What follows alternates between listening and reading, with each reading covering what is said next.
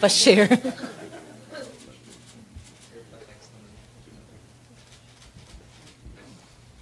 Okay. Yes, ma'am. Sir, baka i-share niyo sa amin yung info? Unfortunately, I can't. Sir, you mentioned This is the earlier... menu for your birthday, by the way. You mentioned earlier na kasama po sa high-value target si Mahmoud. Aside from him, sino pa po yung mga considered as high-value target in Marawi? Right now, to my understanding, he is the one that is prominently on the list and no one else. And you mentioned na meron pa po mga foreigners na Yes. naroon aside from Malaysians. Ano pa po yung ibang mga nationalities? Majority of the foreigners have been Indonesians and Malaysians. And sir, yung pong bounty na in-offer ng US at saka po ng Philippine government, kanino po siya mapupunta? Dalawa po kasi yung sources na yan. Tulad ng sinabi nyo, may nakalaang pondo ang Estados Unidos para sa pagkahuli o pagkamatay ni Isnilon Hapilon at ito ay nasa halaga ng $5 milyong. At ang ibang reward ay nilaan ng ating pamahalaan para naman sa dalawang ito na napatay. Kay Hapilon, I think 10 million yan. At kay Omar Maute, na nasa halagang 5 milyon kung hindi ako nagkakamali.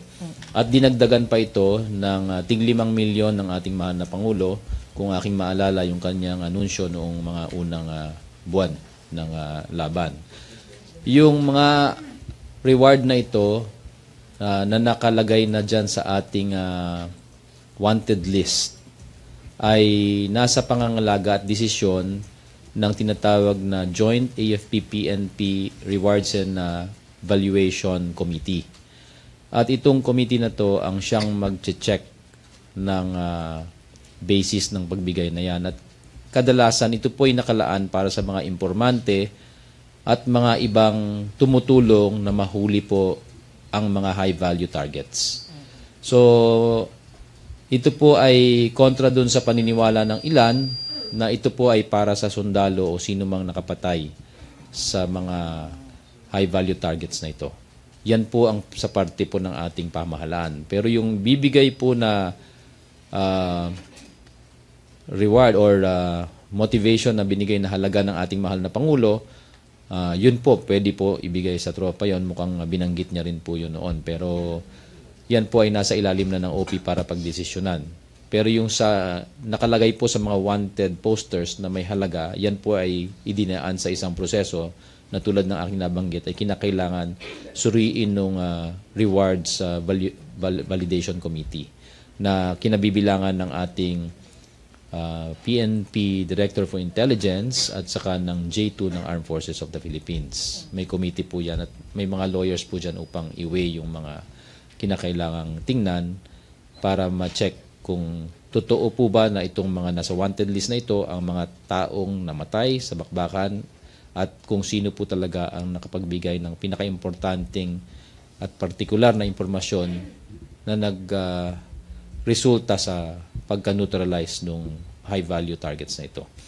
Yung sa Estados Unidos naman, hindi po tayo ang may control niyan at sila po ang magdedesisyon kung kanino ito ibibigay.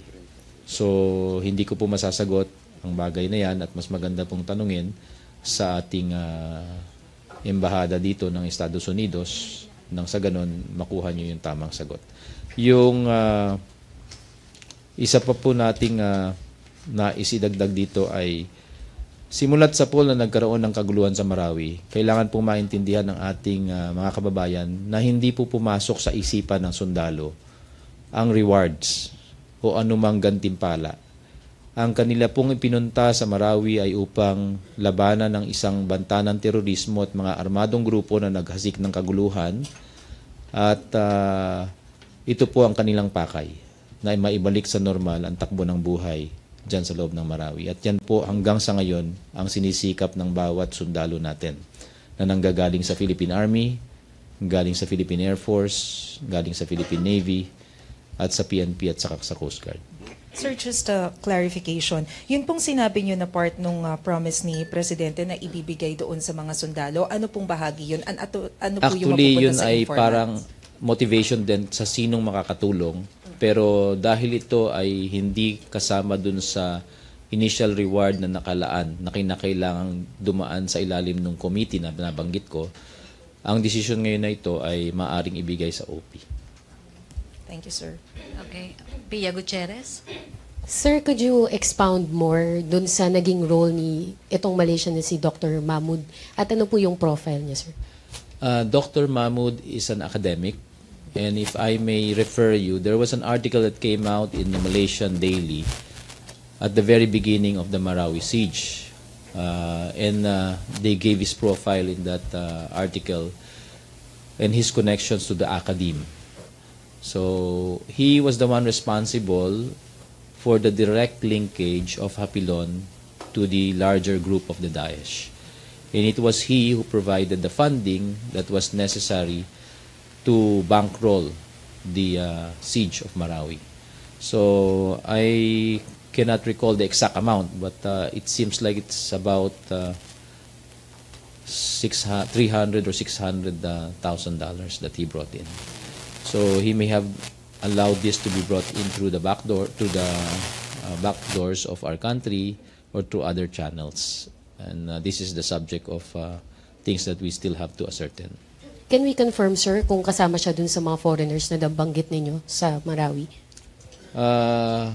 We are not 100% sure, but based on the information that we have at hand, we believe that he is still in the area among the 6 to 8 foreigners.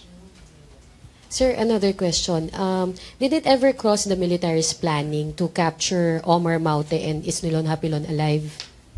The opportunity for surrendering, laying down their arms, and releasing the hostages safely has been part of our effort inside the battle area.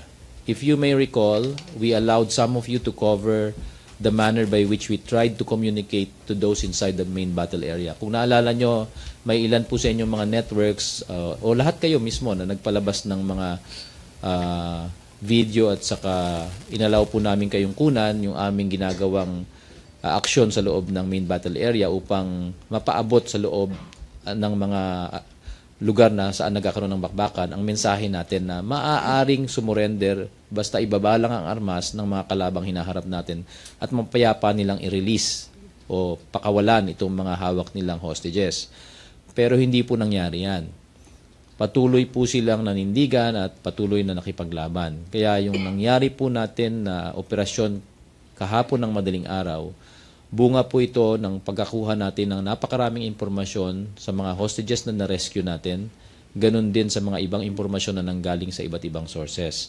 At nung tayo'y tiyak na sila ay nasa isang lugar, yan po ang naging paksa ng ating operasyon, sinugod po natin. At dun sa ating pagsugod na yan, lahat po ng naiwan sa loob ng building na yan na kalaban, ay nag-offer ng very stiff resistance. So kung nagsimula ang bakbakan ng 2:00, mga ilang oras pa bago ganap na na-secure yung buong gusali kung saan sila naroroon. Nagkaroon pa ng pagtangkang pangtakas ang ilan sa kanila. At itong nangyaring ito ay kinailangang lagyan natin at gamitan natin ng dahas. Kaya lahat sila ay napatay sa enkwentro na yon o sa pag-atake na yon. At ang atin pong sinigurado dyan ay makuha natin ng ganap na maayos lahat ng mga hostages na nandun sa gusali. And we were able to get about 20, if I'm not mistaken, plus a 2-month-old infant, which was relayed to the public yesterday by no less than the Chief of Staff. And he even mentioned that when he asked for the name of the 2-year-old, he was told the name, but he offered, why don't you name the baby Maui, in short for Marawi? Sir, sa pagkamatay po ni Isnilon Hapilon and Omar Maute, ano na po ang assessment natin sa threat ng Maute Group? Malaking dagok sa kanila ang pagkawala ng leader na si Omar at ganoon din yung mga kapatid niya na naniniwala kaming napatay doon sa mga nakaraang buwan ng bakbakan. Pero hindi ito nangangahulugan na sila'y totally wala na sa picture. Alam natin na may mga simpatetikong grupo pa, may mga naiiwan pa silang miyembro sa ilang-ilang bahagi ng Mindanao. At kaya nga yan po ang binabantayan natin. Kaya nga kanina nung aking sinabi at binigay sa inyo ang aming pahayag sa Armed Forces, ang aming pong panawagan, ay para sa lahat na maging alerto, maging mapagmasid lagi. Kasi sa pamamagitan nito, dito natin mababantayan ang bawat sulok ng ating archipelago, ng ating kapuluan. At tulad ng nangyari sa Bohol, kung maaalala nyo, bago na sumiklab po itong Marawi, nagkaroon po ng kaganapan sa Bohol at maayos po itong na address ng ating local government at ng ating armed forces at police. Ang pinaka-key ingredient o pinaka-importanting parte po ng maayos na operasyon na yon ay yung pakikipagtulungan ng bawat mamamayan na nandun mismo sa Bohol. Kaya ganun din po ang ating panawagan sa lahat. Kung nais po nating maging ganap na maayos ang ating seguridad sa bawat sulok ng ating kapuluan, kinakailangan po ang bawat Pilipino naintindihan nila yung malaking bahagi nila dito sa gagawing pag-cover ng security ng ating bansa.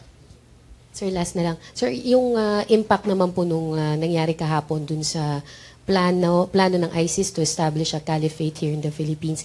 And also, sir, pahabol na tanong, si Dr. Mahmoud na daw po ba yung next emir ng Daesh sa Southeast Asia kapalit ni Isnilon Hapilon? Sa unang tanong, yun yung i-address yung impact, sir, impact no, ISIS. sa ISIS, no, sa grupo. Malaking impact nito kasi karamihan sa kanilang mga armadong elemento na may kakayahan na magasik ng kaguluhan were there in Marawi. And we were able to address the armed threat. But as I mentioned earlier, there still remains a part of the network that continues to exist in other parts of Mindanao like Jolo, Tawi-Tawi, Basilan, and other parts of Lanao as well as Maguindanao and Cotabato, which needs to be addressed continuously for that threat to be managed. So, yan ay isang bagay na tuloy-tuloy nating i-monitor, tuloy-tuloy nating proactively gagawa ng paraan na i-address. At sa pangalawa, itong sa issue ng liderato, hindi po tayo nakakasigurado sa kasalukuyan kung si Dr. Mahmoud ang siyang itatalaga. At malalaman po natin yan sa mga susunod na araw sa magiging developments dito. Kaya ang atin pong pakay sa operasyong ginagawa natin sa naiiwang bahagi ng Marawi ay makuha po siya at ng iba pa niyang mga kasamahan. Thank you, sir. Okay, Pia Gutierrez to be followed by Pia Ranyada. Welcome back. Thank To you. be followed by birthday boy, Joseph Moro. Hi, sir. Good morning. Good Sir, morning. just a quick clarification first. You mentioned, sir, that the declaration of the end of the crisis will not come until after the clearing operation. So, sir, tama yun. It's not when the terrorists are neutralized. It's when the clearing operations are over that we can declare Yes, the end of the crisis. A declaration may be forthcoming in saying that we have adequately addressed the bulk of the threat. But it does not mean to say that we will open the way for the return of residents to the area. That is the gist of the message that we would like to convey. Marami po kasi sa ating mga residente na nakatira po sa Marawi, lalo na po dito sa lugar na nagkaroon ng mga bakbakan, na meriting-meriti na po na bumalik upang makita kung ano man ang naiiwan sa kanilang mga pag-aari doon sa loob ng battle area. Pero tulad ng nabanggit namin, magkaroon man po ng deklarasyon, ay dadahan-dahanin pa po natin yung pagbabalik ng mga residente dahil madami pa pong mapanganib na lugar. Una, hindi pa po ganap na nakiklear ng mga unexploded ordnance, ng IED, at ng mga ibang patibong ang ibang bahagi ng Marawi, lalo na po yung mga kaganapan kung saan nangyari yung bakbakan. At ito ang sinisigurado natin para maiwasan natin yung masaktan ng isang residente na matagal nang nanalagi sa evacuation center pero mamamatay lang sa isang pagkakataon na tulad ng nabanggit ko. And sir, based on any coordination recently between the military and the president, is he still determined to lift martial law after the clearing operations? I believe there will be a consultation that will be conducted before that is done. And from the side of the military, although this is a political decision, we will make appropriate recommendations. Be that as it may, we would like to assure the public that we all look forward to the return to normalcy of every part of Mindanao. But there is a greater threat here that needs to be addressed. And the need for the maintenance of martial law in some parts is really important because of the network, the existence of the network of all these terrorist groups. And as we have been saying all along from the very beginning, our citizens need not fear the imposition of martial law if they are law-abiding. It is something that we need to do in order to address quickly and adequately those threats that are looming in the horizon or in the environment that may result to the harm of innocents, like what happened in Marawi. Saying that the president made lift martial law only in Marawi and keep it in certain parts of Mindanao because of this threat you mentioned of networks. I would not dare to say or comment on that because it's a political decision, as I was saying. But what we want to convey to the public and that for them to understand is that there will be a consultation. There will be the President will allow the armed forces and other security agencies to air their side and to make recommendations, appropriate recommendations. Sir, would you know when this consultation will take place and if other sectors will also be involved in the consultation? I am sorry, I don't have any date on that. And yes, even the local governments, I think, will be part of the consultation from our end. Okay, thank you, sir. Okay, a friendly reminder, one question to follow up. Joseph Morong. Marami pang gusto magtanong.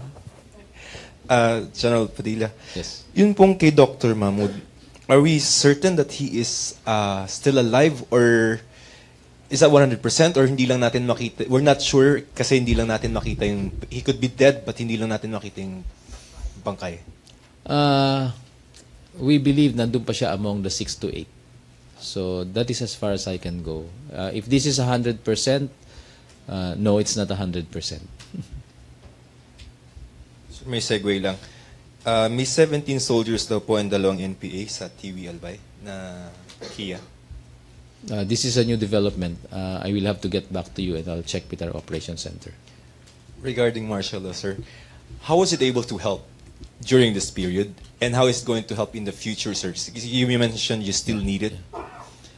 Yeah, martial law has been a big help in terms of addressing threats that have been there all along that have been kept at bay. So having martial law allowed our law enforcement agencies and the military to address these threats with a longer period of detention. So if there are people who have been suspected to have been part of the rebellion, an arrest could be effected and they could be kept in custody for a longer period of time than the ordinary circumstance, which allowed our troops and our lawyers and other agencies of government to build up their cases and file their cases in the appropriate courts. This is the only difference during normal times, and this period of time is very important because I'd like to bring the public's attention to the other laws within our region. You may want to take a look at the laws of the Internal Security Acts of Singapore, of Malaysia, and other countries in the region who have a very robust structure for security against terrorism. These are things that we need to adapt, and that is why we have made a call on our legislators to review the Human Security Act and hopefully make it stronger so that we can guard our nation from the threats of terrorism. Okay, last 3 questions. Bago, Sheila magtatanong. Sheila Frias, IBC. Hi sir, quick lang po na follow-up no kay Dr. Mahmoud. So since namatay na po si Hapilon and Omar, siya na po ba yung tumatayong leader doon sa small group na natira pa sa Marawi? And if not, sino po? Tulad ng nabanggit ko kanina, hindi tayo tiyak kung siya talaga ang mamumuno kasi banyaga ito. At kung siya man po ang mag-a-assume, malalaman po natin yan sa mga susunod na mga araw. Pero ang hinahabol po natin dito sa natitirang parte ng Marawi na kung saan mayroon pang mga kalaban ay mahuli siya o man-neutralize siya at ang iba pa niyang mga kasamahan. Okay, last 3 questions sa Bangon Marawi. Si Vance Fernandez to be followed by Philip, Rose, and then last question si Joseph on Bangon Marawi. Yes, sir. Sir, I'm here. Sir, Are you aware of the possible retaliatory strikes of some terrorist groups, Maute or ISIS, due to the death of their two leaders? Yes, that is not a far-fetched circumstance from happening. It is anticipated, but we are prepared for it. Again, as I have mentioned earlier, the siege of Marawi was both an opportunity and a threat. An opportunity because they all lumped themselves together in one particular area, which allowed us to address the big bulk of their armed elements.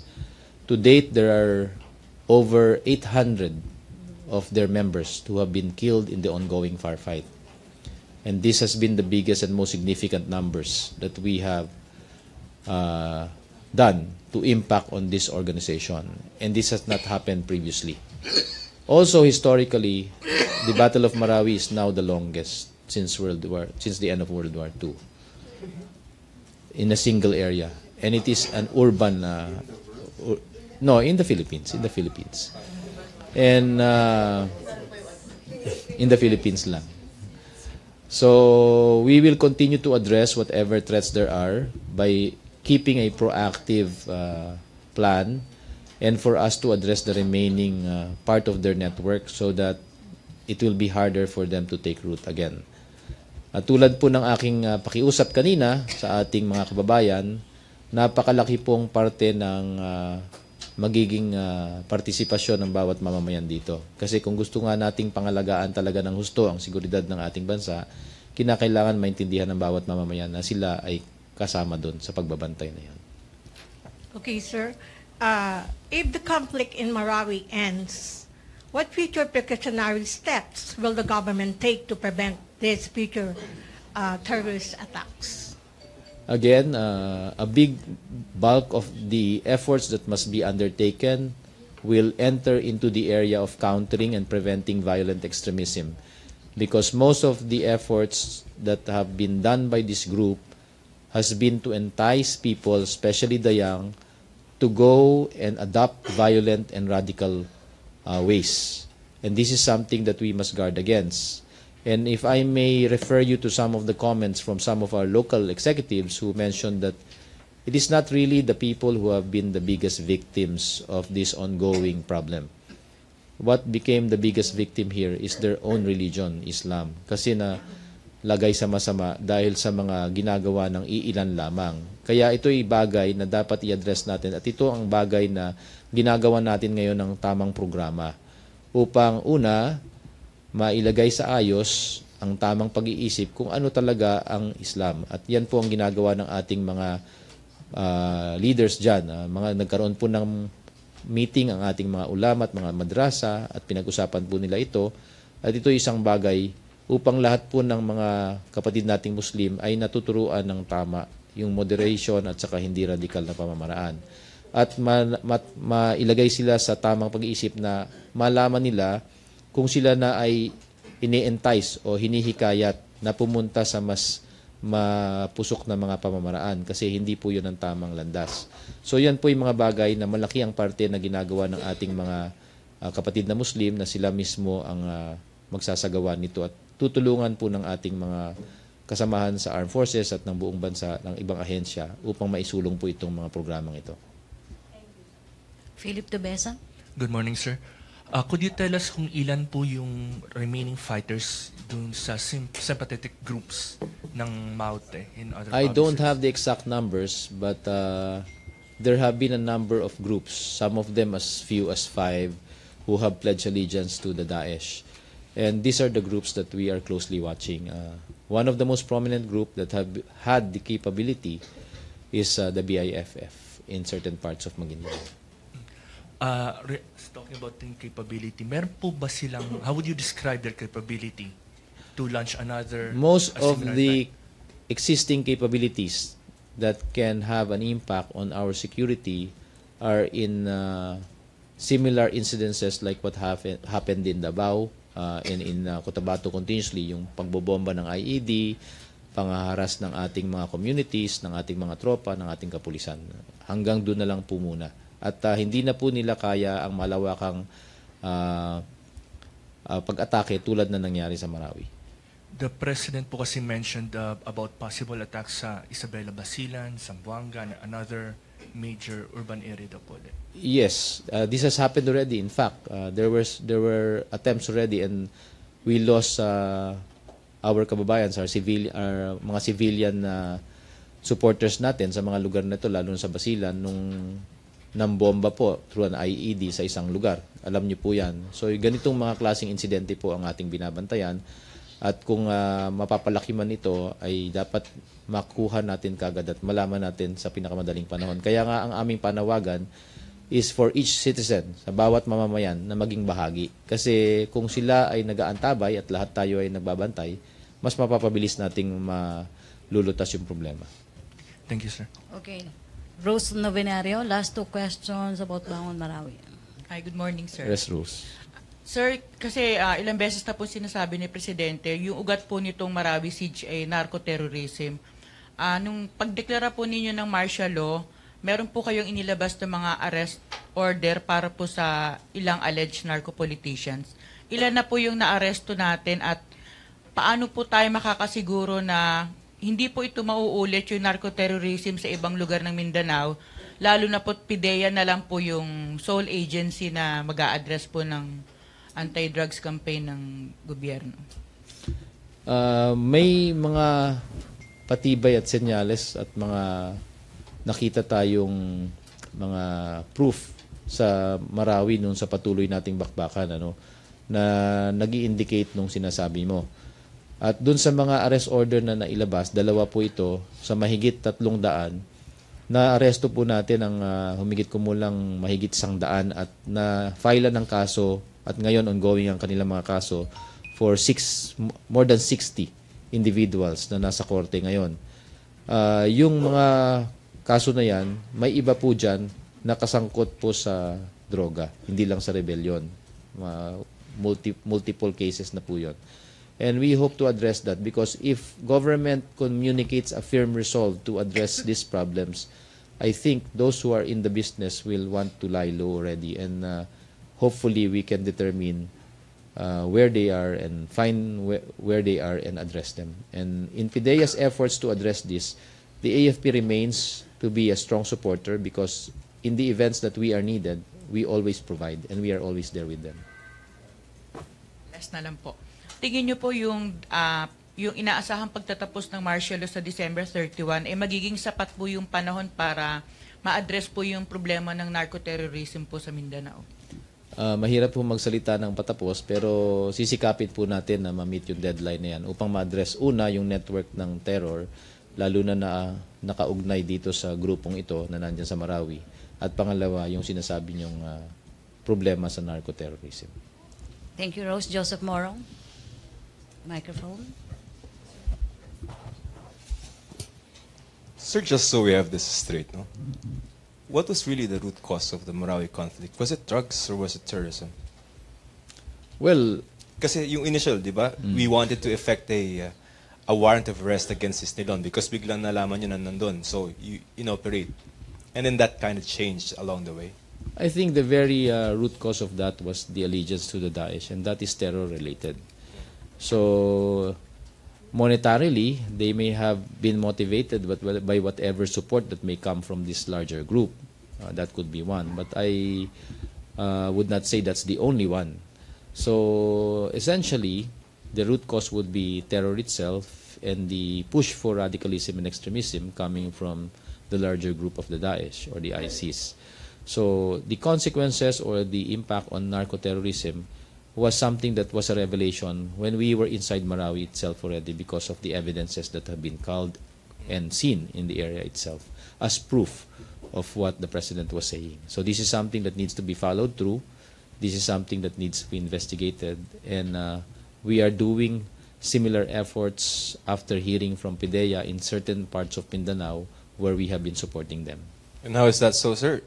Funding? Funding from the larger terror groups. So remember the linkage of these groups to other terror groups previously. They were not Daesh yet.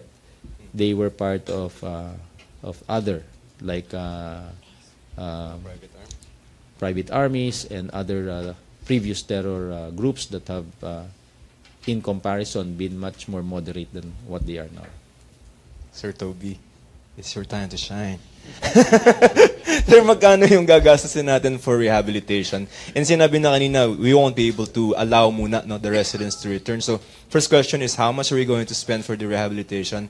And second, how soon can we see the residents returning to their homes in Marawi? First, as to how much. The government has allocated 5 billion this year and for rehab, and 10 billion next year. I mean, perspective, 10 billion next year if the budget is approved as proposed, no? But as to the total amount, wala pa tayong total figure kasi nagsisimula pa lang tayo ng ating assessment. At hindi pa rin natin alam yung actual na panahon or time frame ng pagbabalik talaga ng ating mga IDPs sa Marawi. Kasi pag sinabing pagbabalik doon, permanente yon. So, mahirap magsabi niyan dahil kakatapos pa lamang. In fact, hindi pa talaga tapos. Certain areas pa lang ang cleared. At may clearing pa sa ilang clusters ng barangays, no? Pero ang alam natin, as soon as cleared na yung additional clusters of barangays or zones na tinatawag, pupunta na ang ating mga assessors doon para mag-assess ng damage and losses. At base doon, gagawa na tayo ng comprehensive rehab and recovery program para alam na natin ang total na resources na kailangan para dito. Ngunit this year at next year, meron na tayong identified sources, identified amounts, 5 plus 10. But of course, this is not enough, no? At patuloy pa tayong maghahanap, of course, with the aid of our budgetary agencies, kung paano pa natin ito madadagdagan. For both you and General Padilla, how much have we spent so far for Marawi in terms of the operations? We have not quantified all that we have spent for this particular battle, no? But be that as it may, it is running already in the billions of pesos. Because what we have spent initially have been contingency funds from the services. In fact, the ordinance that we have dropped inside Marawi have been more than those that we have used in Zamboanga and elsewhere. And of course, we have to replace this amount of ordinance from among our stocks. And that is the subject of our request for funds right now. So, hindi ko lang alam eksakto kung ilang bilyon na kasi hanggang sa ngayon ay patuloy pa rin ang labanan at ginagawa pa rin itong pag-quantify ng lahat ng ginastos natin. Initially, nanghingi po tayo ng halos mahigit 2 bilyon na. Initially, 2 bilyon. Noong nagkaroon po ng budget hearing, yan po malamang ang mapagbibigyan pati sa karagdagang 1 bilyon mahigit pa. So, yes, and I guess this is best checked with your beats at Congress during the budget hearing because this was subject of the discussions then. But hindi po ito ang kabuuan ng gastos. Tulad na sabi ko, dahil patuloy pa yung nangyayari ngayon dyan, kina-quantify namin to on a daily basis. Okay, sir, thank you. Okay, thank you, Joseph. 10 minutes, the other issue, JP Bencito. Hi, Spokes Abella. Sir, the LTFRB over the weekend, they made claims that the ongoing transport strike might have been linked to destabilization attempts against the present government. Sir, meron ba talagang basis yung ganitong claims? And if not, appropriate ba si Attorney Lizada to make such pronouncements? Well, while we do not have formal proof that has at least come to my desk, Ms. Lizada is within her jurisdiction to be able to comment regarding those matters. Sir, diretso na ako dun sa claims ni Presidente. Sir, are there enough basis to say na meron talaga or legitimate basis to say that there is destabilization attempts against this administration? You know, the President has his own sources. Internal sources, which may not be directly available to others. And so, as he speaks, he stands on his own personally considered evidence. Sir, related also to the staff, the President over the weekend also mentioned about declaring a revolutionary government. Sir, meron bang enough basis based on the present Constitution for the President to declare a revolutionary government if on the premise na yung opposition will be escalating attempts against him? I think he made reference to, Madam Aquino and about her declaring a revolutionary government. And farther back, we have the original one, Mr. Aguinaldo. On the other hand, he has said that he would declare a revolutionary government only if and when these stab attempts against the government would lead to anarchy. So, in other words, he's simply laying the the premise that what could happen. The president, you have to remember, is again and again has access to all kinds of information, and he may have his own reasons for doing so. Sir, last na lang po. While threatening the president's critics with a revolutionary government... He's not threatening the president's critics about that. He's simply saying that if this happens, if it leads to anarchy, this is what the alternative could happen. But sir, doesn't this run smack with the Constitution that the president has vowed to protect, to uphold, and defend? Your opinion, yeah. sir?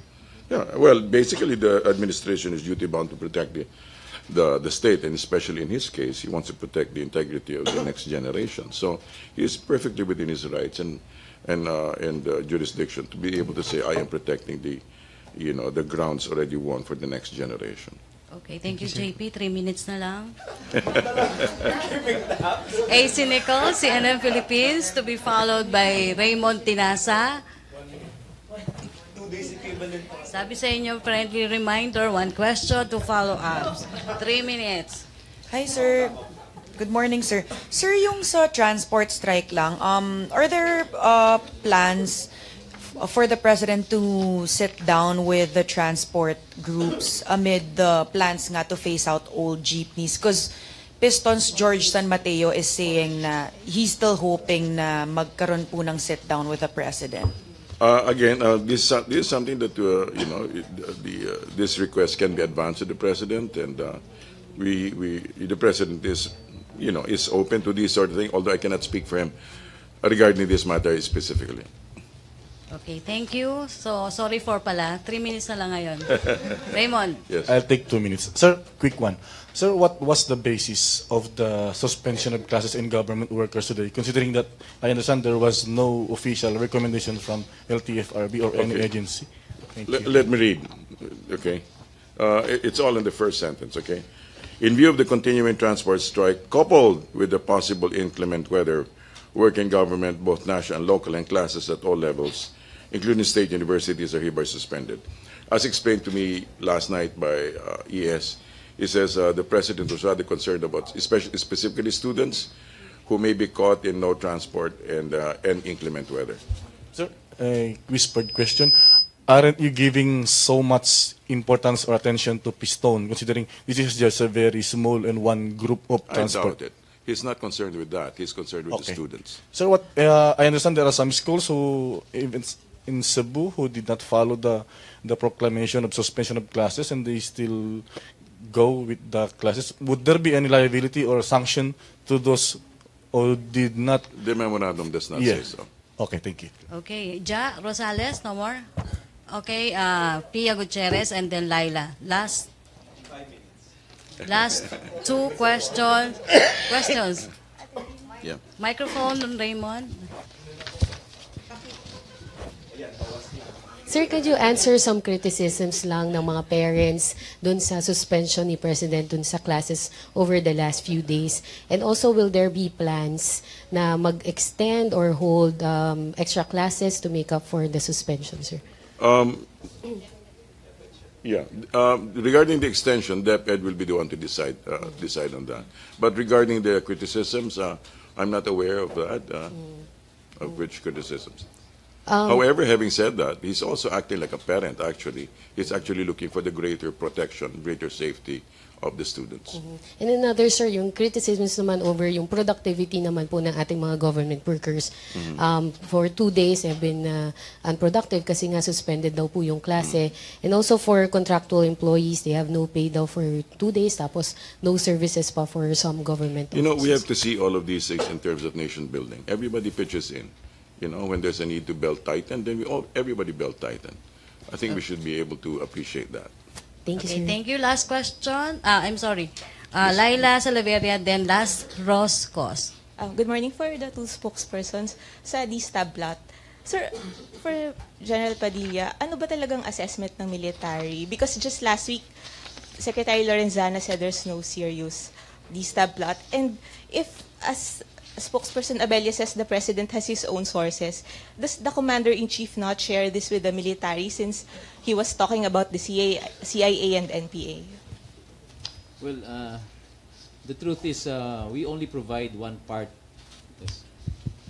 The truth is we only provide some part of what we monitor from our intelligence side. There are other agencies that monitor other parts of our archipelago as well as other external stations. The information that goes to the president is all-encompassing, as was mentioned by Sec. Abella.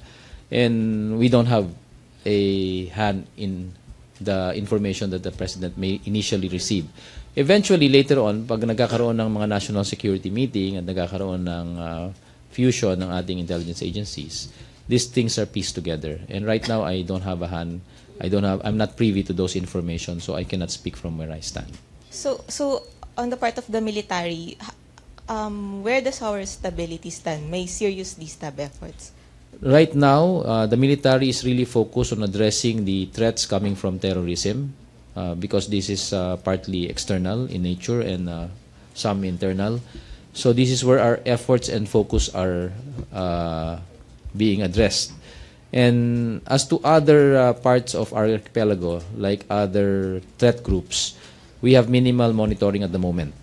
But we do keep on monitoring, and this is in partnership with the local police of every area. Like in the area of the NCR, our intelligence agencies are close partners of the police in terms of monitoring. So far, based on the last assessment na nakita natin at yung binanggit din ni Secretary Lorenzana the other week, wala kaming nakita doon na major threat pa. So I don't know how much evolved the other threats have in the last few days or the last weeks. Then other agencies may have to answer that. Sir, yung nababanggit po ni Presidente na CIA and NPA, wala pa siyang nasa-forward sa inyo? Wala pa po. As far as I'm concerned, wala pa po. For Abella, sir, why is that, sir? Bakit hindi pa po sinishare ni Presidente sa military? It's his nature of, it's a style of governance. You know, as he said, he's like he said, he keeps his cards very close to his chest and he listens. This is not to say that it's both a one way, except that he's quicker to listen than to share. But sir, he mentioned it publicly already, so That?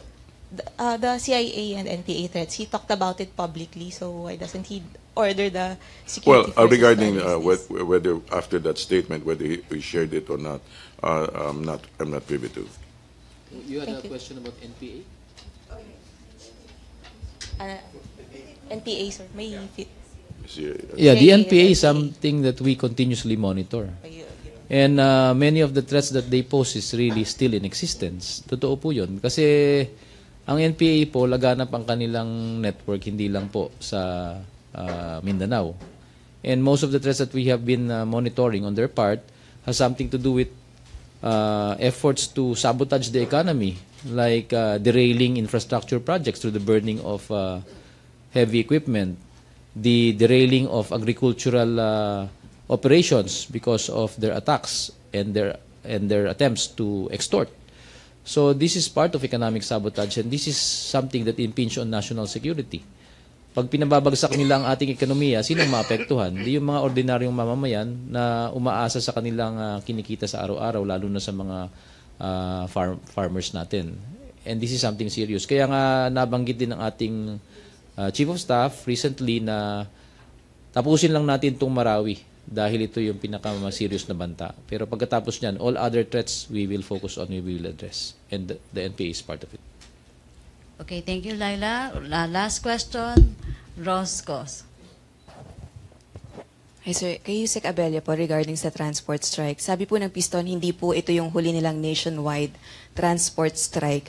Magiging normal or kostumbre na po ba ng Malacañang na suspindihin ng klase tuwi po tayong merong nationwide transport strike? There's no assumption regarding that. Sir, as early as March po ay nabanggit niyo po na gusto pong makipag-usap ni Pangulong Duterte sa mga transport strikers. Pero I don't know the word is gusto, but I'm sure, like I said, apparently, if I remember my statement right, that he may be open to that aspect. ano po ang naging mga balakid kung bakit po hindi natuloy yung pakikipag-usap ng Pangulo sa transport strikers? Hindi ko po alam kung meron bang intention to be invited, you know. I don't know the exact process that happened, but like I said, he may be open to that. Okay, thank you. I'd like to make an announcement. As of 17 October, day 148. As of Monday, 16 October, enemies neutralized 847, civilians killed 47, civilians rescued 1,770, recovered firearms 846, recovered unexploded ordnance 29, recovered IED 29, government casualties killed in action 163, buildings cleared 9. Excuse me. October 16, 7. Cash donations for the AFP Marawi casualty 102,647,084 and 3 centavos, and for this IDPs 1,136,595. Thank you. Okay, thank you, Presidential Spokesperson Ernesto Abella. Thank you, Major General Restituto Padilla. Thank you, OCD Assistant Secretary James Purisima. Thank you, Malacanang Press Corps. Happy birthday, Joseph. Back to our main studio sa Radyo Pilipinas and PTV.